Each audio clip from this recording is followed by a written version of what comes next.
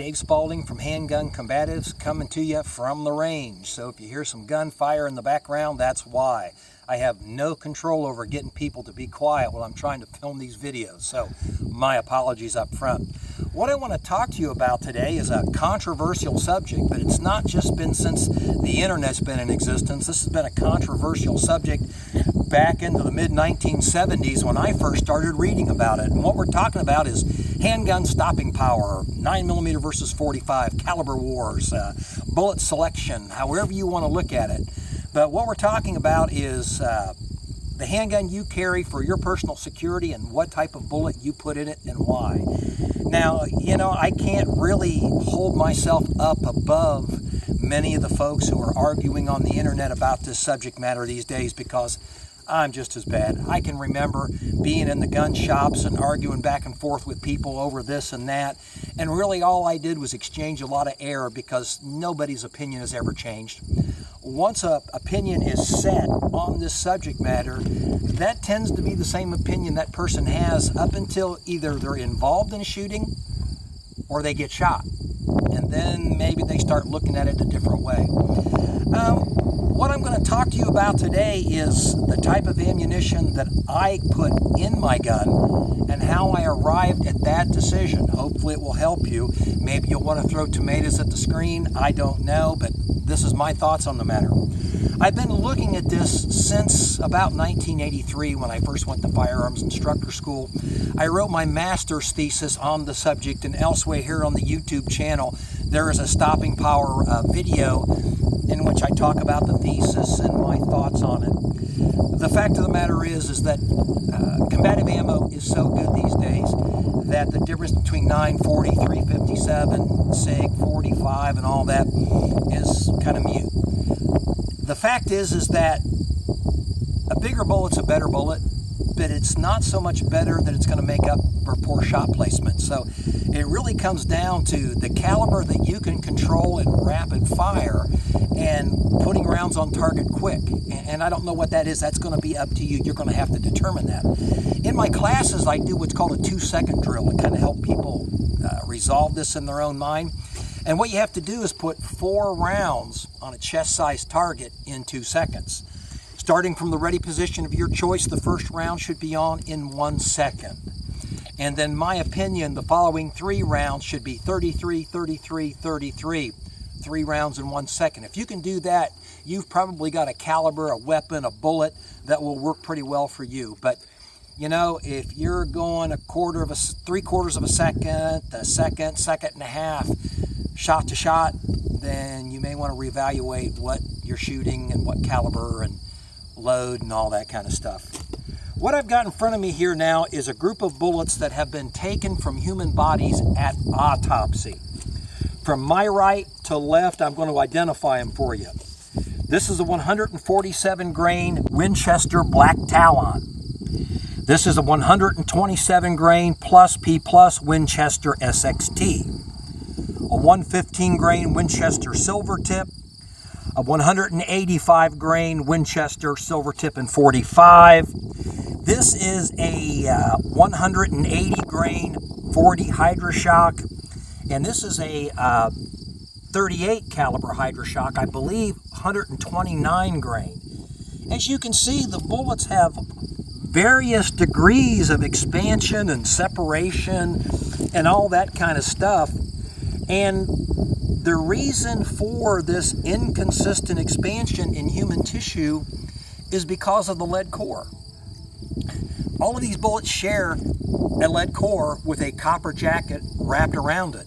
Whether it's bonded, whether it's matched, whether it's serrated, whether it's whatever. These bullets have a core of lead that the cavity is drilled into, and no matter how hard the manufacturers try to get that lead to do their bidding via the bonding process, you can't always do that because human beings are not homogeneous and consistent like ballistic gelatin. They're fat, they're muscle, there's hollow areas, there's bone. And so getting that lead core to behave is really difficult to do. So after 25, almost 30 years of looking at this, I have finally settled on a load that I like, and the reason for it is because there's no lead core. What that bullet is the Corbon DPX. Now, understand something. Corbon does not pay me. They don't give me free ammo. This is the stuff I've picked after many, many years of looking at it. Now, admittedly, I have known Peter Pye, the owner of Corbon, since 1990. I first met him at his gun shop up in Detroit when Corbon was kind of a sideline, when he was loading a Sierra jacketed hollow cavity to plus P plus velocities, but at plus P pressures. My agency actually even issued Corbon ammunition for a couple of years in the 1990s because I was able to get around the low bid specification because Corbon was the only ammunition at the time that loaded flash-resistant powders. So by adding that spec to my specification, we were actually able to purchase Corbon at a higher price. Of course, the other ammunition companies kind of caught up to that. Now I don't know that there's a combative grade ammo out there that doesn't use a flash retardant powder. But what makes Corbon DPX so different? Well, it's the no lead core. This is an all copper bullet. And what this bullet does is it basically expands or kind of flattens out or bends over like nothing else I've ever seen. But because of its all copper construction, it's also more barrier blind than other typical bullets with a lead core. Case in point, the bullet that I like is the 115 grain 9mm. Now, this bullet penetrates more like 147 grain bullets with lead cores because it's fast, it stays together, it punches through, and it just does everything I like. Now, just recently I've acquired some bullets that have actually come from shootings, and this right here would be a perfect example. This is Corbon's 40 caliber bullet, and I have to look here at the package. It's 140 grains, and as you can see, this one right here even still has some material in it, but the petals bend over. Now these kind of have expanded back and curled back a little bit, but you can see on the packaging right here that Peter Pye has now designed a new and improved bullet.